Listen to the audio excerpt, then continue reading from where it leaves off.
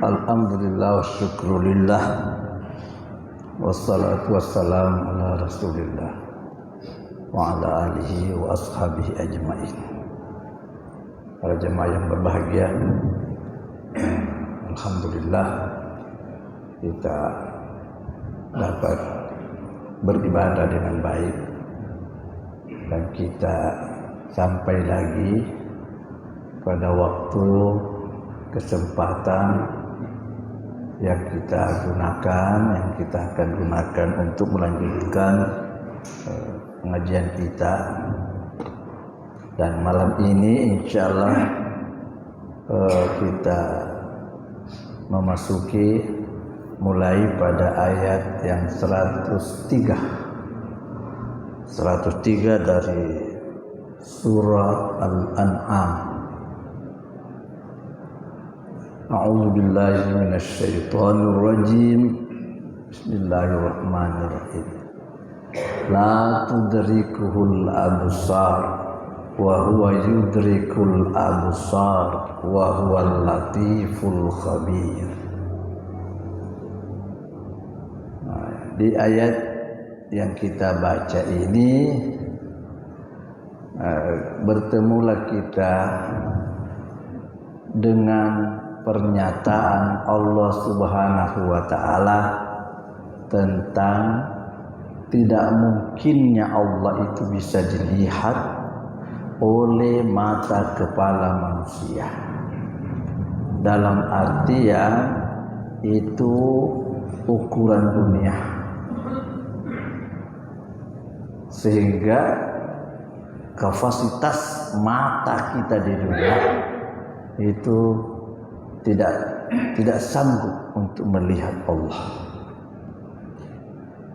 Itu disampaikan oleh Allah untuk menepis tanggapan atau ejekan orang-orang kafir kepada Nabi yang kadang-kadang memang minta di mana Tuhanmu itu Muhammad. Sehingga itu perlu juga dijawab supaya orang itu jangan bicara dengan sembrono dengan begitu saja. Allah mengatakan la tudrikuhul absar, tidak dapat dicapai. Allah tidak bisa dicapai oleh al-absar, pandangan mata kepala. Wa huwa yudrikul absar, tapi dialah yang dapat mencapai atau meliputi, menguasai semua pandangan manusia. Wa huwal latiful khabir, dan dia Allah yang maha halus, yang maha menyadari, yang maha tahu. Al-Khabir itu maha tahu. Kita kembali memperhatikan susunan kalimat ini. Pertama, pernyataan tidak mungkinnya Allah itu bisa dilihat oleh mata manusia. Itu perlu sedikit diperjelas. Ini dalam artian untuk kehidupan manusia di dunia. Sebab kalau bicara tentang melihat Allah langsung dengan tidak pakai perantara, itu jelas, sangat jelas, kuat dalilnya, sahih dalilnya, banyak hadis dalam kitab-kitab hadis yang menjelaskan bahwa Allah itu dilihat di akhirat, di dalam surga. Hadis-hadis yang kita lihat dalam keterangan yang jelas, Allah itu bisa dilihat di taman-taman surga, di halaman, di sekitar tempat-tempat kita bersantai bersenang-senang. Itu di surga, di akhirat. Di dunia tidak bisa. Nabi Musa saja pernah mencoba mendesak Tuhan, ya Allah. Ada ayat di dalam Al-Quran, Allah ceritakan sedikit ini sebagai tambahan keterangan. Musa pernah minta kepada Allah, arini anzur ilaik. perlihatkan dirimu Tuhan, saya melihat engkau. Saking merasa cintanya Musa kepada Allah, karena rasa dekatnya Musa kepada Allah, sampai dia berkata, maukah lihat Tuhan? Tuhan bilang kepada Musa, lantaran kau tidak bisa lihat saya. Ya, kalaupun mau dicoba bolehlah, tapi lihat nanti saya ajar. Ini Musa diajar, dituntut. Kalau mau melihat saya, kalau bisa dibuktikan, bisa jadi. Tuhan bilang, undur ilal jabal, coba lihat ke gunung sana, ada gunung, disuruh lihat sana. Fa in istaqarra makanahu, kalau gunung itu sebentar bisa tetap tidak berubah di tempatnya, fasaufa tarani, kau lihat bisa, kau bisa lihat saya. Tuhan mencoba memperlihatkan sinar di gunung itu. Tajalla rabbuhu lil jabal, Allah coba nampakkan dirinya sedikit di gunung itu. Apa yang terjadi? Jalaudaka, lebur, hancur gunung di sana. Itu tempatnya Musa mau melihat Tuhan. Tuhan bilang, kau bisa lihat saya Musa, tapi lihat saya kasih tahu kalau gunung di sana tidak berubah di tempatnya. Kalau saya coba perlihatkan cahaya, sedikit sentilan cahaya dari dirimu, kalau tidak berubah di tempat, oke, kau lihat saya nanti. Setelah Tuhan mencoba dengan memperlihatkan sinar itu ke sana, hancur gunung. Akhirnya harra Musa sa'ikan, rebah Musa dalam keadaan pinsang. Falamma afaqa, setelah Musa siuman, Nabi Musa siuman dari pinsangnya tadi, langsung Musa berkata, subhanaka, maha suci engkau, tubtu ilaika taubat. Artinya tidak bisa. Lagi pula perlu sedikit ditambah pengertian. Nikmat, puncak dari segala kenikmatan surga itu ialah ketika Allah memperlihatkan dirinya langsung di depan mata kita di surga. Sehingga pernah Allah memancing kegembiraan orang penghuni surga dengan bahasa-bahasa yang sangat lembut. Bagaimana wahai hambaku, apakah nikmat ini sudah cukup untuk kamu? Kau bagaimana dengan surga ini? Pada waktu itu kita berkata, penghuni surga berkata, ya Allah, tidak ada lagi nikmat. Pokoknya sudah inilah kesempurnaan, inilah nikmat puncaknya lah segala kesenangan ini, ya Allah. Sudah puas betul maka ini, ya Allah. Tuhan bilang, belum. Yang kau lihat, yang kau rasakan ini belum. Dan masih terlalu rendah kalau mau dibandingkan dengan nikmat yang saya masih simpan. Penghuni surga berkata, apa lagi ini?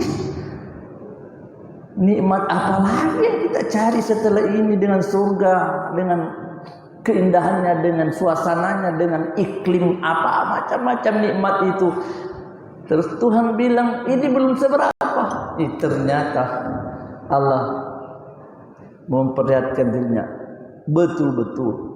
Nikmat yang paling tinggi yang dirasakan oleh penghuni surga ialah ketika melihat Allah di sana. Tidak ada nikmat di atasnya. Kalau itu nikmat melebihi daripada nikmat kesenangan-kesenangan yang ada dalam surga, bagaimana itu bisa terjadi di dunia? Bagaimana bisa? Yang pasti bahwa kapasitas akhirat, entah itu nikmat, entah itu hukuman, bahaya, siksaan, itu tidak bisa. Dunia ini tidak cukup, tidak mampu itu untuk membawa persoalan itu. Enaknya surga bagaimana nanti Allah memperlihatkan dirinya itu, kalau untuk di dunia ini tidak ada kemampuan untuk sanggup menerimanya. Sebagaimana juga halnya dengan siksaan akhirat, kalau mau diadakan di dunia ini tidak punya kemampuan untuk menahannya. Tidak ada sesuatu yang bisa. Karena dunia ini rapuh, dunia ini terlalu rapuh, sehingga tidak sanggup untuk menerima keadaan akhirat. Di dunia memang jelas Sekarang kita di dunia ini la tudrikul absar. Allah tidak bisa dicapai dengan pandangan mata kepala. Wa huwa yudrikul absar. Tapi dialah yang mencapai atau dialah yang bisa menguasai semua pandangan kita. Kalau Allah tahu bagaimana kita punya pandangan. Allah melihat kita sebagai Tuhan yang maha kuasa, dan Allah itu Al-Latiful Khabir, dia maha halus. Allah itu punya sifat Al-Latif, maha halus, sehingga tidak ada sesuatu yang bisa terlepas daripada tilikan dan penglihatannya. Tidak ada. Tidak ada sesuatu yang bisa tersembunyi. Sehalus-halusnya kita mencoba untuk bersembunyi, Allah tahu. Sehalus-halusnya kita punya mata, Allah itu Al-Latif. Nah, sehingga sudahlah, dengan itu mengertilah kita. Allah itu tentu karena dia adalah Al-Latif, maka apa yang diciptakan itu juga punya sifat Al-Latif. Bisa juga kita lihat bagaimana ciptaan Allah. Halusnya Allah menciptakan mata kepala. Itu kalau satu contoh lagi. Kalau kita mau selalu memperhatikan itu ayat. Coba-coba kita renung. Sejenak saja kita berpikir. Ini mata kepala.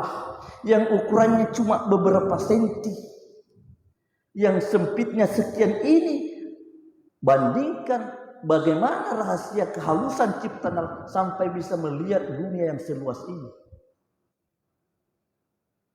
Berapa ukuran luasnya mata? Bandingkan dengan luasnya yang dia lihat. Dan semua orang sadar halusnya saraf-saraf yang Allah ciptakan pada mata kita. Bukan puluhan, ratusan, ribuan. Bukan sedikit. Saraf-saraf halus yang berhubungan dengan mata kita. Dan semua itu kaitannya dengan ciptaan Allah yang maha halus. Tidak ada yang bisa tersembunyi dari itu. Sehingga kalau dengan begitu kita mau dengan istilah sembunyi-sembunyi untuk berbuat dosa, kira-kira bagaimana? Mungkin hal itu bisa jadi, tentu bagi kita yang beriman kepada Al-Quran tidak mungkin. Lagi-lagi Allah itu Al-Khabir, Allah itu maha menyadari keadaan. Tahu betul Allah itu apa yang terjadi pada diri kita. Nah, ini sudah disebut Allah tidak bisa dilihat, tapi Allah yang melihat kita. Jadi kalau ada orang berkata, mana Allah itu? Tunjukkan Allah itu. Jawabnya seperti itu. Kita tinggal di mana ini sekarang? Kita sekarang kan ada di dunia. Oh, kalau kita di dunia jangan, tidak bisa. Tidak bisa kita melihat Allah di dunia. Terlalu enak itu melihat Allah. Puncak nikmat di surga itu ialah ketika Allah memperlihatkan dirinya. Nah, kalau enak begitu, bagaimana bisa ada di dunia? Bagaimana bisa terjadi di dunia? Sehingga memang dalam salah satu hadis Nabi juga dikatakan, di surga itu setiap kita yang masuk surga itu kita punya 4 pintu jalur. Ada begitu disebut oleh hadis. Satu jalur memang jalur khusus untuk jalurnya bidadari ketika mereka datang untuk menghibur-hibur kita. Jalur satu lagi jalurnya itu zuaruhu minal malaika, itu pembesuk kita dari kalangan malaikat. Bagaimana bentuknya, bagaimana gayanya datang, nanti di sana kita lihat. Persoalan itu terlalu rumit untuk disebut-sebut. Yang pasti menurut Nabi begitulah. Terus jalur apa lagi? Jalur untuk pergi, untuk menuju, datang, menonton penghuni neraka. Kalau kita mau pergi rekreasi, lihat orang neraka disiksa, itu satu jalur juga bagi setiap orang di surga. Ada lagi jalur. Jalur yang satu itu kemana? Oh, jalurnya menuju ke Darussalam namanya. Apa di sana? Untuk menuju ke suatu tempat. Memang kalau sudah kita di sana, memang dilihat Allah itu. Dilihat. Sehingga keterangan-keterangan seperti itu, kembali kita ulang, tidak ada keraguan untuk itu. Hadis-hadis yang sahih berbicara tentang itu. Jelas sekali. Kalau kita mencoba-coba menentang paham seperti itu, berarti kita berhadapan dengan hadis. Karena hadis itu kuat. Sampai pernah Nabi mengatakan, kamu lihat Tuhan seperti kau melihat bulan purnama yang tidak ada mendungnya. Coba kalau kau lihat itu matahari, bulan, tidak ada mendung, tidak ada sesuatu, kau melihat dia, tembus pandang kamu. Maka menurut Nabi, seperti itu kamu bisa melihat Tuhan di akhirat. Seperti halnya kau melihat bulan purnama dalam keadaan tidak ada mendung-mendungnya. Seperti itu nanti. Nah, kita sudah paham itu. Nah, sekarang di dunia tidak bisa. Dia tidak bisa. Qad ja'akum basairu mir rabbikum. Nah, lantas Tuhan mengatakan lagi, qad ja'akum, sungguh telah datang kepadamu wahai manusia. Kita semua yang dimaksud ini. Apa yang sudah datang kepada kita? Basairu. Kalau diartikan kalimat basairu, tetap terjemahannya mengatakan pandangan-pandangan. Itu dari mana pandangan-pandangan itu? Mir rabbikum, dari Tuhan. Tapi apa bedanya dengan absar, dengan basairu ini? Kalau basair itu bedanya, kalau tadi yang dikatakan absar itu pandangan mata kepala. Tapi kalau basair itu pandangan yang sifatnya menyentuh hati. Jadi orang bilang mata hati. Kalau yang kita lihat dengan mata kepala ini namanya tersurat. Tapi yang dilihat oleh hati itu namanya tersirat. Nah, basair itu pandangan-pandangan yang sifatnya ialah mata hati. Allah bilang, sudah ada itu basair. Sudah ada hujjah, keterangan-keterangan yang menjadikan hatimu itu melihat. Karena itu kita melihat. Kalau tadinya kita melihat sesuatu dengan pandangan mata kepala, maka itu adalah bagian daripada pandangan mata hati kita. Dan mata kepala, pandangan melalui mata kepala itu hanya satu daripada pandangan mata hati. Sungguh pandangan mata hati itu jauh tembus lebih jauh daripada pandangan mata kepala kita. Nah, Tuhan bilang, basairu mir rabbikum. Sudah ada pandangan-pandangan, sudah ada pandangan, sudah ada penyampaian, sudah ada hujjah-hujjah dari Allah. Bagaimana hatimu bisa melihat? Mulai dari ayat yang sudah kita baca sebelum ini, sudah ada contoh lah, kita kembali lagi. Allah sudah buka bagaimana saya menumbuhkan tanam-tanaman, biji-biji yang ada di dalam tanah tumbuh dengan berbagai macamnya itu. Kau lihat bagaimana saya membelah malam, membelah subuh, terbit fajar. Malam dibelah oleh Allah, muncul cahaya siang. Itu semua pandangan. Dan itu semua pandangannya hati. Kalau orang mau terima dengan kesadaran. Kalau kita lihat yang seperti itu, maka mata hati kita yang melihat. Bukan lagi hanya sekedar melihat dengan mata kepala, tapi mata hati kita yang melihat itu. Dengan memperhatikan segala-galanya, itu sudah cukup menjadikan hati kita menjadi melihat. Ada juga ayat di dalam Al-Quran menyindir mengatakan, La ta'mal absar, walakin ta'mal qulubul lati fis sudur. Bukan mata kepala yang banyak buta. mata kepala tidak buta. Nah, kalau dilihat ya benar juga. Kita duduk berteman sampai ratusan dan ribuan, untung kalau ada satu orang yang tunanetra. Semua mata melihat. Tapi apa kata Allah? Walakin ta'mal qulubul lati fis sudur. Tapi yang buta yang banyak ialah butanya hati di dalam rongga dada. Itu yang banyak buta. Itu yang banyak buta. Nah, jadi Tuhan mengatakan, sudahlah. Basairun rabbi, sudah ada pandangan-pandangan. Sudah ada penglihatan-penglihatan hati yang Allah datangkan kepadamu dengan melihat berbagai bentuk kekuasaannya. Faman absarah, maka barang siapa yang melihat,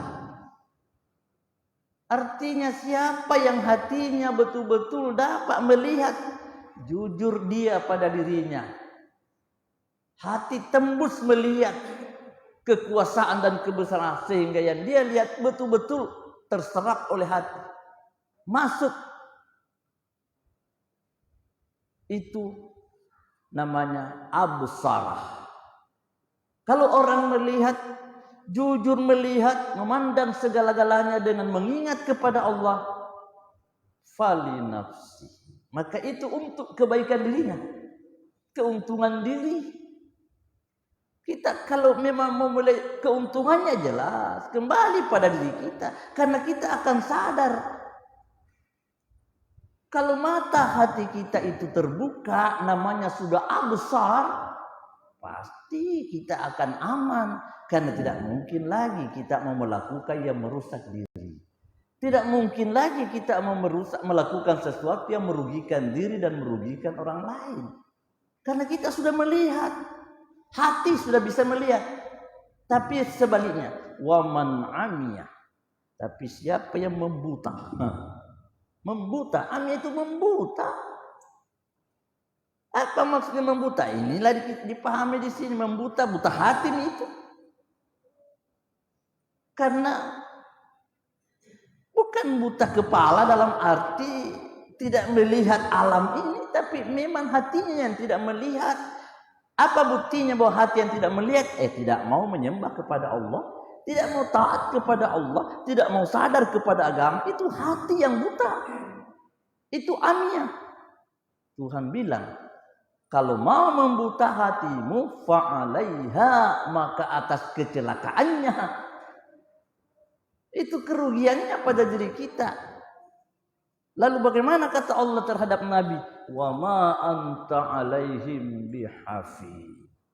Dan tidaklah engkau menjadi penjaga terhadap mereka Muhammad. Orang Bugis bilang, tanya iku Muhammad lalu disuruh jaga mana enggak tahu tahu tiai. Dia disuruh kalau jaga mana pun rahi, lokum teh renteng lawan masih gede mah. Kau tiai lo dia. Jadi Tuhan bilang, ma anta alaihim bihafiz. Kemudian daripada itu, wa kadzalika nusarriful ayat. Nusarriful ayat itu artinya kami sudah mengulang-ulang, sudah palingkan, bicarakan di sini, bicarakan di sini, itu namanya nusarriful ayat. Allah katakan, saya sudah menjelaskan ayat-ayat ini kepadamu. Apalagi maksudnya? Semua keterangan yang bisa membuat manusia itu sadar kalau dia mau fungsikan hatinya dengan mengikuti penjelasan Allah, itu sudah. Allah sudah sarriful ayat. Allah sudah palingkan penjelasan dari sini ke sini, dari sini ke sana, itu Allah sudah jelaskan semua. Coba kita pelajari ayat yang sudah kita baca. Allah sudah jelaskan kepada kita bagaimana kalau kita melihat ke atas apa yang terlihat di sana. Allah sudah jelaskan kepada kita bagaimana kalau kita melihat di sekitar kita. Allah sudah jelaskan bagaimana kalau kita kembali merenungkan diri kita sendiri yang diciptakan oleh Allah ini. Itu sudah musarriful ayat. Allah sudah sebut seperti itu. Tapi Allah sudah sebut begitu, ada orang yang memang tidak mau. Sampai Tuhan mengatakan, kau bukan penjaganya orang yang tidak mau Muhammad.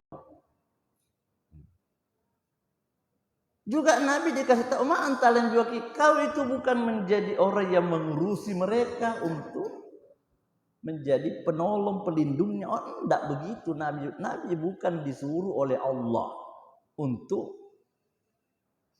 berbuat seperti itu. Tugas kita tidak lebih daripada menyampaikan. Sudah tadi jelas, musarriful ayat sudah diperjelas oleh ayat.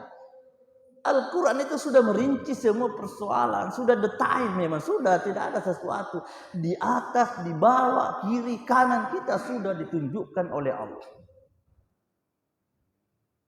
Jadi ittabi ma yuha ilaik. Coba sambungannya dulu sedikit. Waliyaqulu darasta, ya itu sambungannya.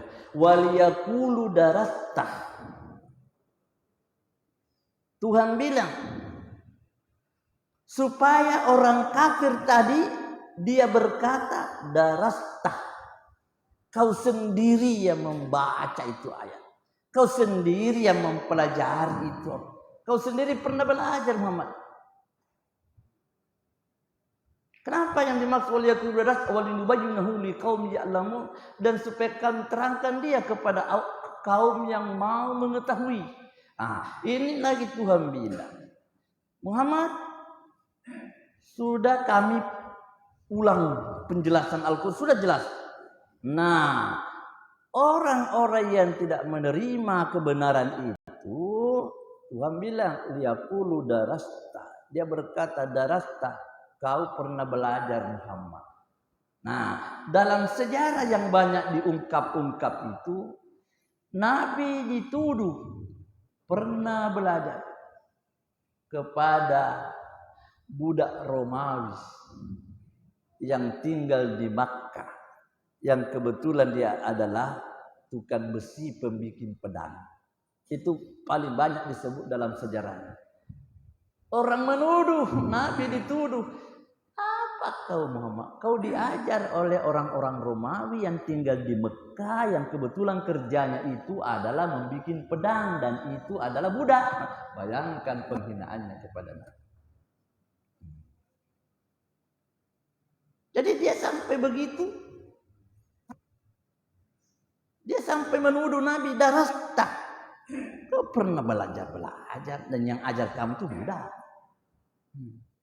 Yang ajar kamu Muhammad itu budak. Dan kerjanya budak yang mengajar kamu itu pembikin pedang. Pandai besi. Allah katakan itulah penyimpangan orang-orang yang tidak mau percaya. Biarlah orang berkata begitu. Mau dia apa? Orang mengatakan darasta, tapi Tuhan juga berkata walinubayyinahu liqaumi ya'lamun. Kami mau terangkan Quran itu kepada orang yang mau tahu. Allah juga sebut begitu. Saya terangkan Quran itu kepada orang yang mau tahu saja. Adapun mereka yang sifatnya hanya mau memfitnah Nabi, menuduh, mendustakan, sudahlah. Tapi pasti ada orang yang mau tahu. Pasti ada orang yang mau terima Al-Quran itu. Tuhan sudah jamin. Saya mau jelaskan Quran itu di kaum ya'lamun. Baru setelah itu Tuhan mengatakan, ittabi' ma yuha ilaika. Ikutilah apa yang diwahyukan kepadamu Muhammad, wa a'rid anil musyriki. Dan berpalinglah engkau dari orang musyrik. Itu petunjuk Allah kepada Nabi. Petunjuk Allah, ittabi' ma yuha ilaika. Ikuti apa yang diwahyukan kepadamu. Ya kita ikut apa yang Allah sebut-sebut dalam Al-Quran. Disitulah kita berbuat. Dan kita harus hati-hati. Di surah Al-Isra yang kita biasa baca, ada perhatian dari Allah. Ada sifat yang penyampaian yang sangat-sangat penting untuk kita pahami. Ada ayat di surah Isra, bunyinya begini. Wa in kadu layaftinunaka 'anil ladzi auhayna ilaika. Itu di surah Al-Isra untuk kita kaitkan dengan ayat yang kita baca ini. Karena ayat yang kita baca ini Tuhan bilang ikutlah kepada apa yang saya wahyukan. Sementara di surah Al-Isra memberikan kehati-hatian. Wa in kadu layaftinunaka 'anil ladzi auhayna ilaik. Hampir itu kata wa in kadu, hampir. Cek dek mani palalo gencarna tuh usahanya orang kafir untuk memalingkan kita dari Allah. Tuhan bilang hampir. La yaftinunaka 'anil ladzi auhayna ilaik. Hampir dia itu menyelewengkan kamu Muhammad.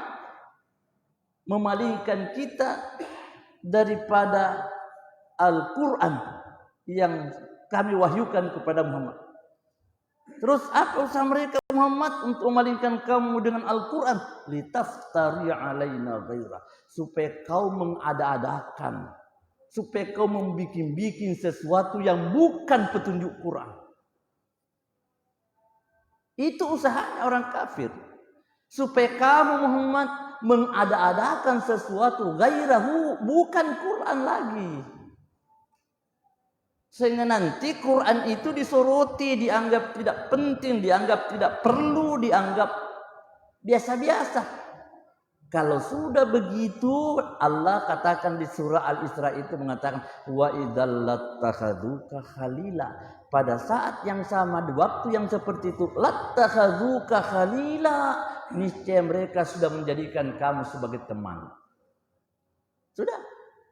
Kalau kita sudah tinggalkan Al-Quran, mereka anggap ini sudah teman. Ini sudah teman kita. Akhirnya di situ Allah katakan, walaula an sabbatnaka, sekiranya saya tidak teguhkan engkau Muhammad, laqad kita tarkan ilaihim syai'an qalila. Hampir kamu sudah condong sedikit saja. Itu kata syai'an qalila, sedikit, tidak terlalu banyak. Sedikit saja. Mengapa Tuhan mengatakan sedikit saja? Artinya sedikit saja kita terpengaruh meninggalkan Al-Quran. Sudah jadi. Kalau sudah condong sedikit, terpengaruh sedikit, maka dalam ayat yang kita baca itu Tuhan mengatakan, idzan, kalau begitu terjadi pada dirimu, sudah ada sedikit pengaruh sehingga kau tinggalkan Quran itu sedikit saja, jangan banyak, sedikit saja. La adzaqnaka dhifal hayati wa dhifal mamat. Niscaya saya akan timpakan kepadamu Muhammad. Kata-kata dhifal hayat itu berlipat ganda kehinaan hidup. Berlipat ganda kehinaan hidup. Wa dhifal mamat, dan berlipat ganda kejelekan dan kehinaan mati. Itu yang Allah ancamkan. Itu yang Allah sampaikan. Sehingga di ayat yang kita baca di surah Al-An'am ini, sekali lagi Allah mengajak kita, pintar-pintarlah engkau hidup mengikuti petunjuk yang saya sampaikan melalui Al-Quran. Sampai di sini mengatakan wa'arid anil musyrikin. Berpalinglah engkau dari orang musyrik. Maksudnya tidak usahlah. Tidak usahlah kita mau terlalu lama bicara panjang lebar.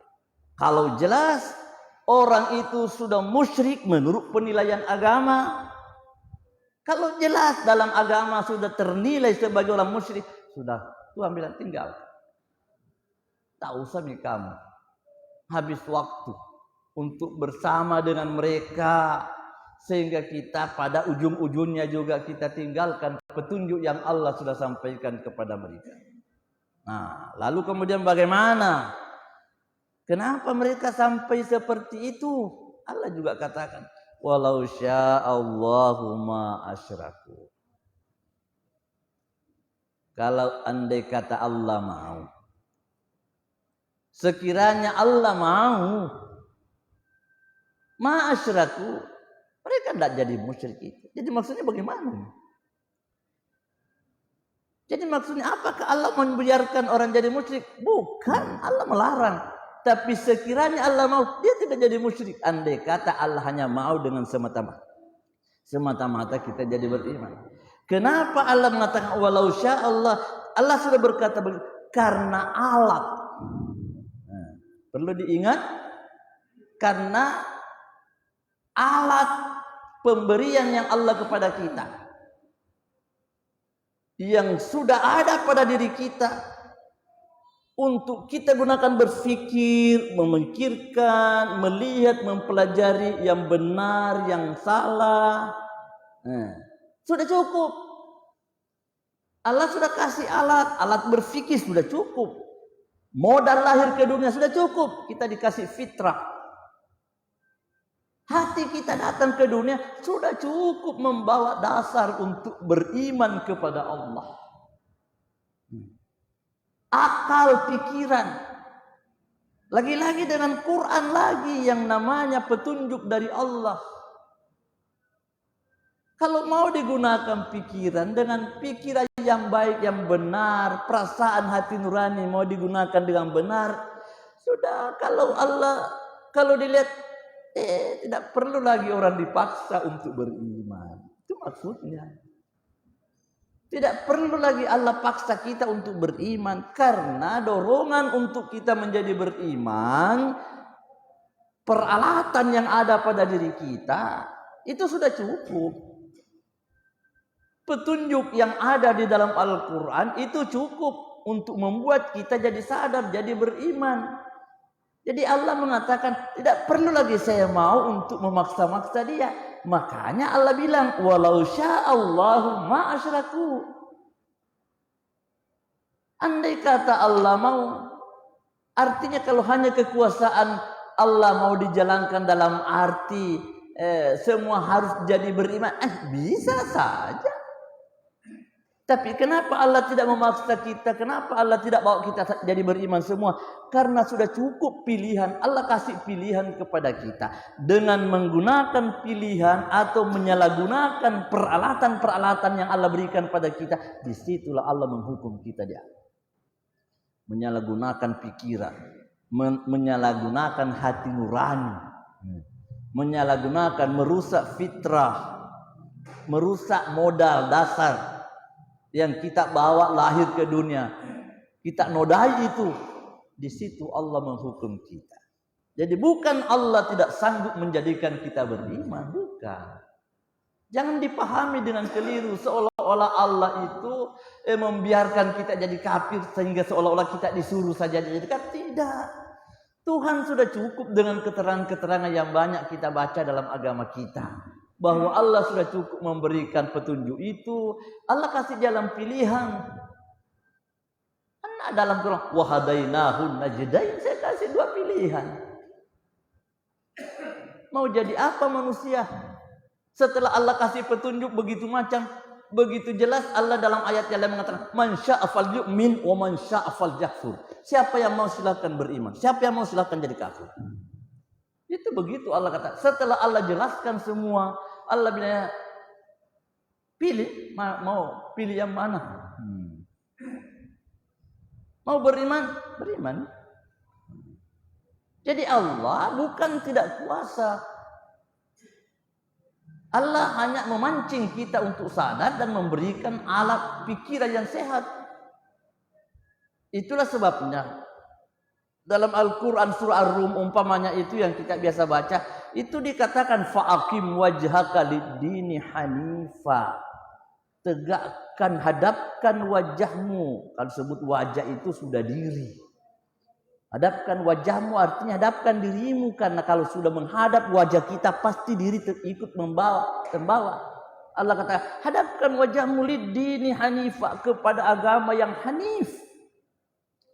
Hanif, lurus. Hanif, selalu condong kepada yang benar. Itu namanya hanif.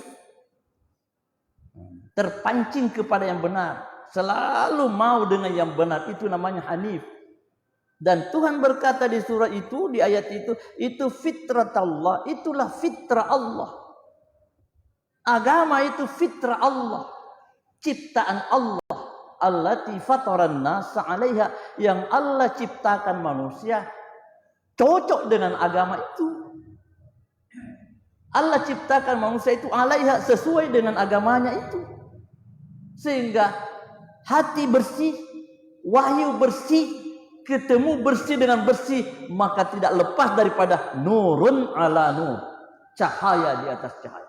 Cahaya hati yang bersih, menerima wahyu yang bersih, sudah hati bersih, Al-Quran bersih, akhirnya bisa dalam pengertian nurun ala nur, cahaya di atas cahaya. Begitulah kita memahami agama. Nah sekarang Tuhan berkata, itu agama fitrah Allah, allati fataran nas 'alaiha. Dia ciptakan manusia itu sesuai dengan agama itu.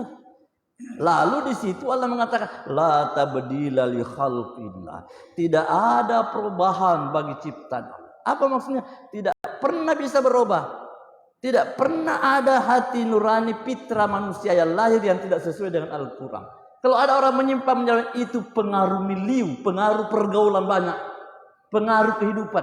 Sehingga andai kata ada orang yang dikurung di satu tempat, tidak dibiarkan melihat yang jelek, tidak dibiarkan bergaul dengan kejelekan-kejelekan orang-orang yang sembrono, niscaya agama itu akan tetap ada, tumbuh pada diri. Cuma kita mau berbuat apa juga, hidup ini harus dengan pergaulan.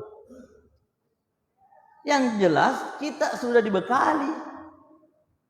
Tuhan bilang la tabdila li khalqillah, tidak ada perubahan bagi ciptaan Allah itu. Tidak ada perubahan, tidak mungkin bisa berubah bahwa ada manusia yang lahir ke dunia tidak cocok dengan Al-Quran. Tidak pernah. Lalu kemudian Tuhan mengatakan dzalika dinul qayyim. Itulah agama yang lurus. Itulah agama yang teguh. Nah, jadi tadi Tuhan mengatakan walau sya'allahu ma asyraku wa ma anta alaihim bihafiz. Dan bukanlah atau tidaklah engkau Muhammad menjadi penjaga atas mereka. Apa maksudnya? Bukan kamu yang disuruh pergi menjaga, untuk menjaga mereka semua, sehingga mereka harus dalam arti habis tenaga kita, habis waktu kita untuk mengurus mereka semua. Sudah dengan menyampaikan itu sudah cukup. Ayat dengan jelas kita baca di surah yang lain. Tuhan mengatakan kepada nabinya mengatakan fadzakir innama anta mudzakir. Cukup kau sampaikan saja Muhammad. Kamu itu hanya menyampaikan. Tugasmu hanya membacakan Al-Quran. Lalu kemudian bagaimana? Lasta alaihim bimusaitir. Kau bukan orang yang harus memaksa. Tuhan bilang, kau bukan orang yang harus memaksa itu. Tidak perlu kita paksa dia. Tapi bagaimana? Illa man tawalla wa kafar. Nah, di situ susunannya illa man tawalla wa kafar. Tapi ingat, kalau sudah menjadi berpaling dan kafir, yu'adzibuhullahu adzabal akbar. Nanti dia disiksa oleh Allah dengan siksaan yang besar. Jadi, lurus pengertian jelas. Tidak ada sesuatu yang samar untuk kita lakukan, untuk kita berbuat. Jelas jalan petunjuk kita. Nah, disinilah kita selalu mengulang-ulang doa kita. Doa kita umpamanya kita ucapkan doa. Rabbana la tuzigh qulubana ba'da idh hadaitana. Kan begitu doa kita. Ya Allah, jangan hati ini diselewengkan, dibawa kepada yang salah. Ba'da idh hadaitana, sesudah engkau berikan hidayah kepada kami. Hadis yang lain mengatakan ya muqallibal qulub, wahai Tuhan yang memutar-mutar hati manusia. Kan namanya qalbun. Hati kita dalam istilah agama atau sebutan bahasa Al-Quran dan hadis itu qalbun. Itu hati. Padahal qalbun kalau mau diterjemahkan, qalbun artinya bolak-balik. Pura elok, pura tiah. Pura masumangat, pura makutu. Pura makasih, pura majah. Itu qalbun. Kadang kita bersemangat dengan agama, kadang kita mundur betul dari agama kita. Kadang-kadang biar terlambat azan kita bilang, kenapa tidak di azan? Sudah kita mau salat berjamaah. Kadang-kadang sudah pulang orang dari masjid, dia belum berwudu. Itulah kita manusia qalbun. Kadang kita mau mati dengan agama, kadang-kadang kita untuk uang sumbangan 1 juta saja susah. Tapi kalau mau bangun rumah pribadi 1 miliar bisa. Tapi kalau agama, sejalan celengan, cari uang yang paling kecil. tas berupiah nang lihat surga. Bagaimana kita hidup? Nah, jadi coba kita lihat kembali. Tuhan mengatakan, Tuhan berkata, ma'an ta'alaihim yafid. Kau bukan penjaga untuk mereka. Kenapa selalu ada ayat begini? Kau bukan penjaga, kau bukan pengawas. Karena sudah terlalu cukup penjelasan. Sudah lebih dari cukup kalau kita mau bahasakan. Luar biasalah itu petunjuk yang kita baca di dalam agama kita. Buka mata melihat segala-galanya. Sesuaikan apa yang kita lihat dengan apa yang Allah jelaskan di dalam Al-Quran. Dan itu berlaku menurut Allah di darat dan di laut. Siang dan malam. Di kampung kita dan di kampungnya orang. Di mana-mana. Nah, ada lagi ayat Tuhan mengatakan juga. Sanurihim ayatina fil afaq. Saya akan tunjukkan kepada mereka, kepada manusia. Allah bilang, saya mau tunjukkan kepada manusia ayatina, tanda-tanda atau bukti-bukti kekuasaan. Di mana kami mau tunjukkan manusia? Fil afaq, di semua ufuk, artinya semua penjuru. Di semua penjuru hidup dunia, di mana? Di timur, di barat. Itu ayatina, ada ayat-ayatku di situ. Ayat kaunia namanya. Tanda kekuasaan Allah yang terbentang di alam raya ini. Itu di semua penjuru. Tidak ada tempat melepaskan mata melihat sesuatu kecuali di situ ada kelihatan kekuasaan Allah. Tidak ada tempat yang kita tidak melihat kekuasaan Allah. Siang dan malam kita selalu dengan kekuasaan Allah. Itulah yang dimaksud oleh Allah. Hatta yatabayyana lahum, sampai betul-betul menjadi nyata bagi manusia. Annahul haqqu mir rabbihim, bahwasanya Al-Quran itu adalah kebenaran dari Tuhan. Nah, jadi begitulah kita dituntun oleh Allah, diberikan dorongan oleh Allah untuk memfungsikan alat pemberian yang Allah pasang pada diri kita. Maka itulah maknanya kita mempelajari ayat-ayat tentang kekuasaan Allah Subhanahu wa ta'ala, supaya kita tidak keliru di dalam melangkah dan kita tidak salah di dalam memahami sesuatu. Demikianlah tambahan ayat yang kita baca. Iya, waktu kita cukup. Mudah-mudahan Allah ridho kepada kita. Mudah-mudahan ada waktu untuk kita lanjutkan insyaallah. Assalamualaikum warahmatullahi wabarakatuh.